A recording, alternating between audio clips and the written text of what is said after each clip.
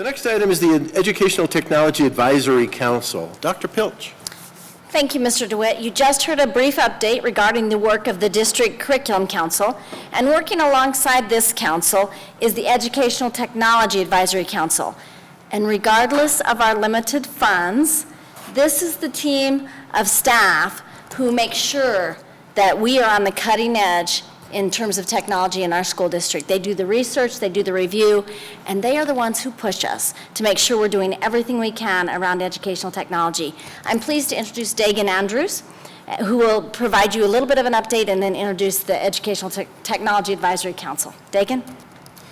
Thank you, President DeWitt, Dr. Pilch, members of the board, and I'd also like to join Dr. Pilch in saying, Mr. Hafley, you've never looked better. It's really a fabulous look. Thank you for your support of the Cowboys. And thank you, Dr. Pilch, for recognizing the work of this amazing group. The Educational Technology Advisory Council, known as ETAC, participates in technology exploration research to advise district leadership on the direction for current and future technology integration. The ultimate goal of this group is to increase efficiency and seamless integration of technology, curriculum, and instruction. One example of ETAC leading the way has been the implementation of Google Apps for Education. This team has taken on the task of becoming Google warriors by going through the Google certification process so that they can help bring all of our teachers and staff members along. With their expertise, they have provided training to all district office staff, as I had said before, and the implementation of Google Apps for Education has increased efficiency and collaboration throughout our organization. So please join me in recognizing this amazing group and the work they do. And first and foremost, I'd like to recognize someone who actually was instrumental. We had close to 100 people come to our Google Apps for Education conference this summer, and this was led by Mr. Ryan Fitzpatrick. So would you please come up and accept your certificate?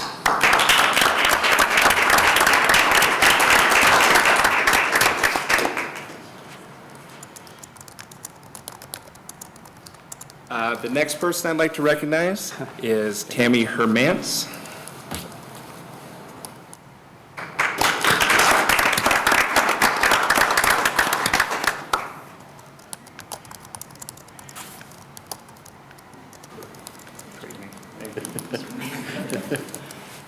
I'd also like to thank Sarah Brooks.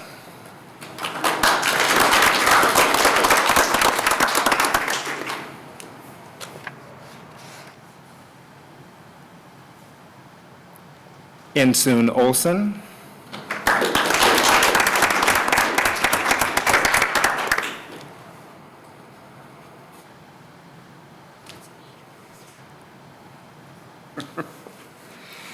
Apricot Truitt.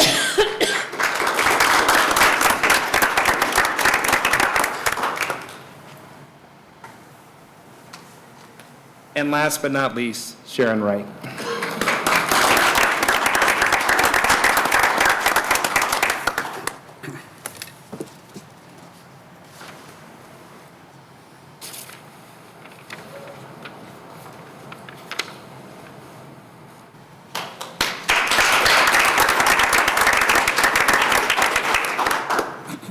So we used appropriate technology to capture the photo. I'm just saying, if you have an apparatus of some kind, a computer or something at home, and it's already out of date, you have to think about what they're trying to accomplish for our district. So thank you all very much. And as some of you have identified, this might be a good chance for you to sneak out and go do your homework. Thank you very much for coming this evening.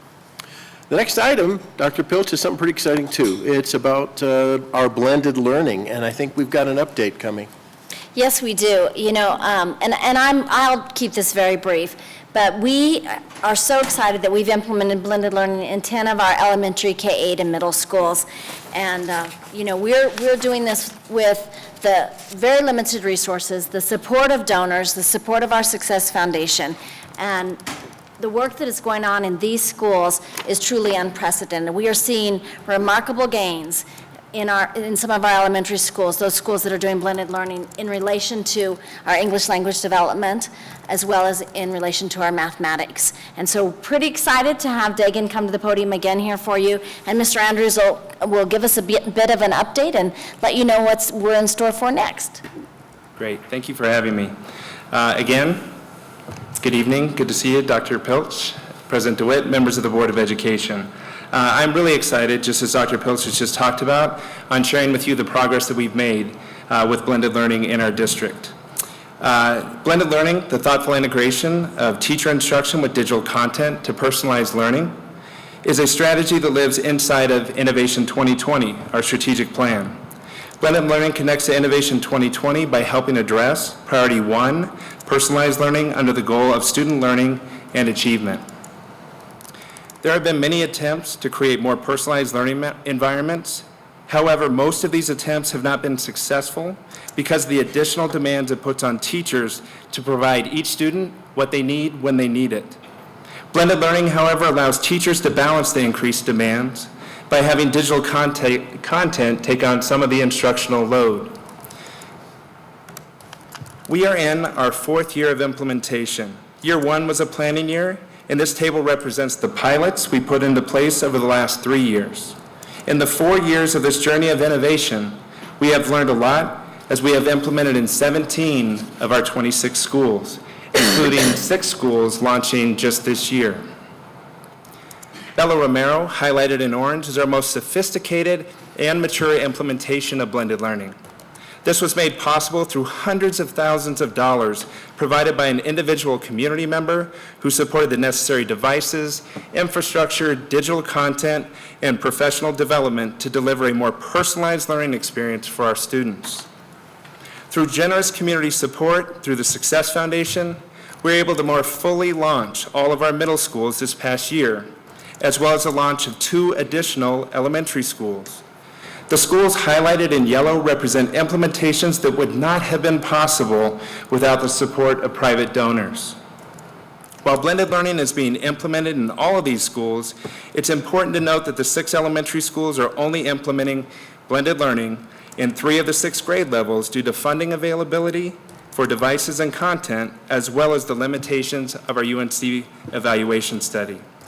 We are incredibly appreciative of our community and proud to have been able to make it this far in implementation, given our limited resources. We are also proud of the work of our teachers and students have accomplished using this model of instruction. Learning from their experiences in these early pilots, implementation is much faster, and there is higher quality launch for our schools, which in turn delivers more targeted small group instruction and added dynamic classroom experiences for our students. The 2 years of initial pilots have allowed us to create a system that efficiently coordinates the Office of Information Technology, Finance Department, Professional Development, and coaching support to deliver what you see in these 2 classrooms. Seeing these dynamic classrooms and classroom environments is exciting, and it's even more important to see these classroom transformations are resulting in improved academic performance. Across the district, 56% of blended students scored proficient or advanced on math common assessments, compared to the district average of 49%. And 45% of blended students scored proficient or advanced on English language arts common assessments, compared to the district average of 37%. Additionally, Bella Romero has seen incredible growth in student learning, boasting the highest median growth percentile across all district schools. In the 10 areas measured by PARCC in math and English language arts, Bella students outperformed the district and state median growth percentile in 7 areas. I'm happy to say that Bella Romero students are achieving at higher academic levels than any prior year. This chart shows the median growth percentile at Bella Romero in grades 4 through 8 in both English language arts and math compared to the district and state averages. I'm honored to be able to highlight this incredible achievement made possible by the collective efforts of building leadership, teachers, students, and families with the support of one incredibly generous donor. While we have seen very promising results in several elementary and K-8 schools, our middle schools have seen mixed student achievement results when comparing our blended to non-blended classrooms. In order to achieve the same level of consistency as our elementary schools, we are partnering with Education Elements. We partnered with Education Elements with our initial implementation at Bella Romero. Their expertise empowers us to stay on the cutting edge of the most impactful practices occurring across the United States that can be replicated across our entire system. With their additional support, we are looking to replicate the consistency and results we have seen across the elementary grades. With all of this work that we have done, we're happy to share, as Dr. Pilch had talked about earlier, and at this point, if she's interested, I'd love to give her an opportunity to comment on this slide as well. So, what do you want me to say, Dagan? What we're able to do with this Blended Learning Summit and the work that we're bringing into the district truly is unprecedented. And, I'm still kind of an outsider, so I can speak from that lens still, maybe for a few more months anyway. And what I can tell you is these staff who are leading this work truly are on the cutting edge in the state of Colorado. Really, and nationally. What we are seeing in terms of our blended learning and the deep understanding that our leaders have around blended learning now as a result of the work that has been done here in District 6, it's not going on anywhere else in the state. It just simply is not. And, we had previously given you some update around our partnership with the Learning Accelerator, but it's interesting because that work, I think, accelerated us, and it got us out there in front and got us out there leading this work, nationally, really. This summit that is being offered later this week, this could be a national conference. What folks are going to experience here, right here in District 6 and in our schools, is not unlike what people would experience going to a national conference. And we will have guests here from other states, and we're excited about that. I get to speak a little bit even. They've given me a script. Okay. I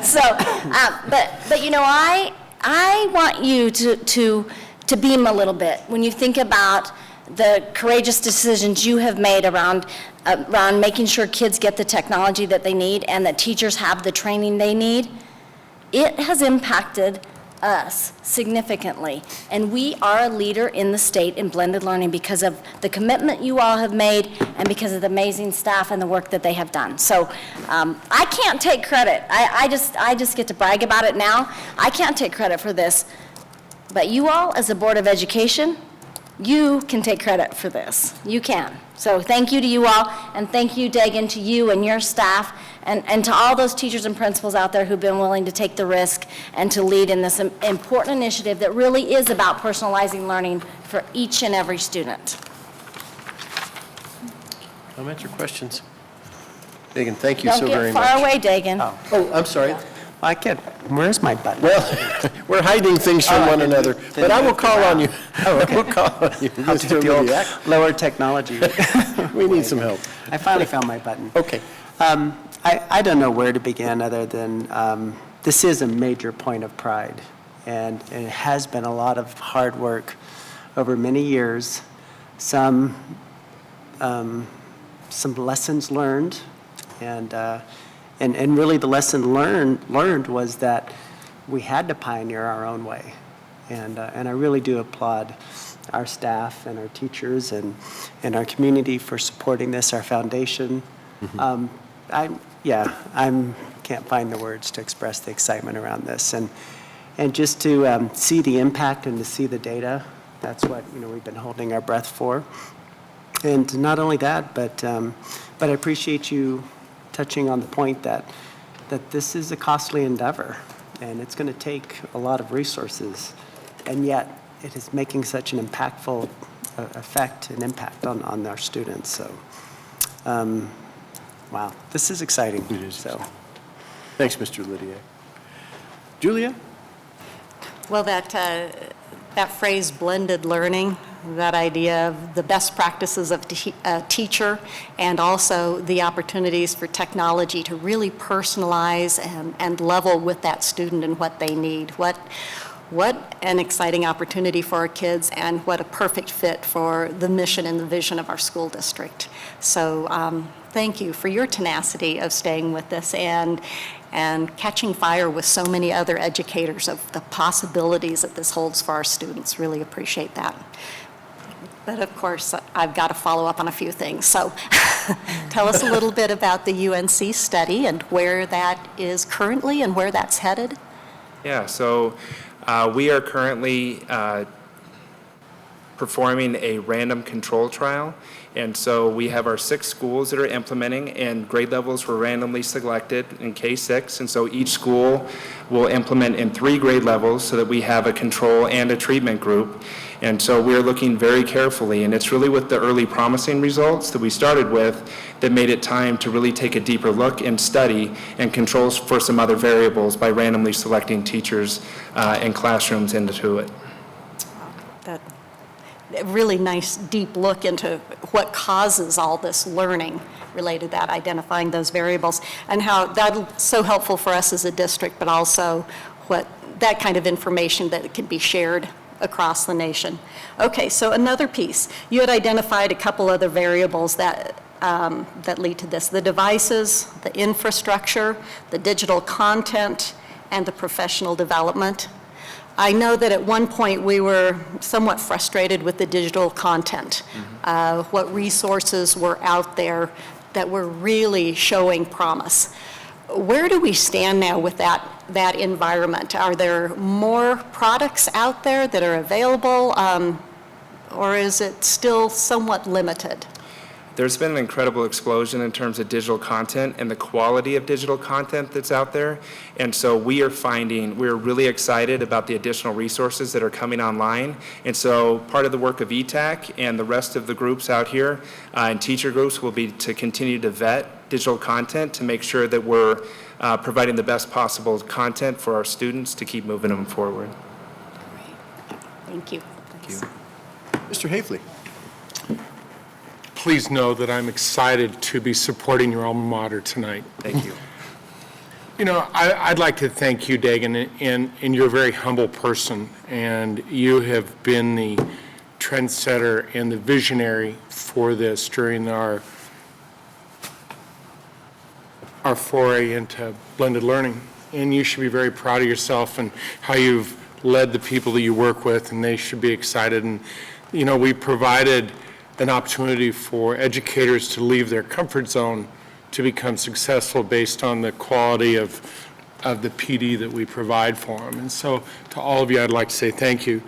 My one concern, and you and I have talked about it a lot, I still think that we do a hybrid model of blended learning as opposed to all-in blended learning. And I would love to see us have one building at some point that is totally blended learning, everything from changing our class sizes and groups every day to competency-based to leaving the standardized testing that we use and expect in the district. So it's totally blended learning, so we could really find out exactly what it means for our students. But I really appreciate what you do. Thank you. Thank you for the kind words, and it's an absolute team effort from everybody across this district. It's been amazing how people have rallied together to make this happen. Thank you. But Mr. Hafley, wouldn't resources help do that? Well, absolutely. I'm not saying that they're absolutely. Okay. Go money, 3A, yeah, whatever. But you know, but I'm just saying. And I you appreciate correct. what you're asking. I Yes. mean, what you're asking for. Jump right in the deep end. That's a cost Dang straight. Okay, thank you for your assistance. component. He's amending So- everything I'm saying. Thank you. It must be the clothing. Yeah, it's no blood's getting into my head right now. And I think your comment, Mr. Hafley, regarding some kind of future component or another facet of research on this, it would certainly be appropriate to hear that from Dr. Pilch's angle and have information brought to all of us and say, okay, how would that help us move forward? I don't see any other person willing to make any comments about this, Mr. Andrew. Thank you very much for coming a couple times to present us some good information, and I don't think anyone could be happier about our Bella folk, and so we certainly want to have everyone bring that that thank you to all of them. Thank you. Thanks very much. I didn't want to leave anyone standing at the podium, and I did have a comment about cost too. And Mr. Lydiak and Mr. Hafley made a comment about that, but it seems that people might be concerned that we're throwing money at a problem. And I think the point here is we can't turn our back on such a successful adventure. And so our challenge is to say, how can we possibly follow the success of our students and see that other students in the district do well. Thank goodness we had someone take pity on the district a bit and from an outside source provide us with the opportunity to see this really is an avenue for us to pursue. And so I think we ought to remind our friends in the community that this is an investment. This is by no means throwing blindly. This is a very careful investment, and certainly it's an investment that has been teaching us an awful lot. And I guess I'd like to thank the students involved. For heaven's sakes, they're working really hard under some new circumstances, and they're sticking with us. And so we want to give all of them a little hug and encourage them to continue working on this.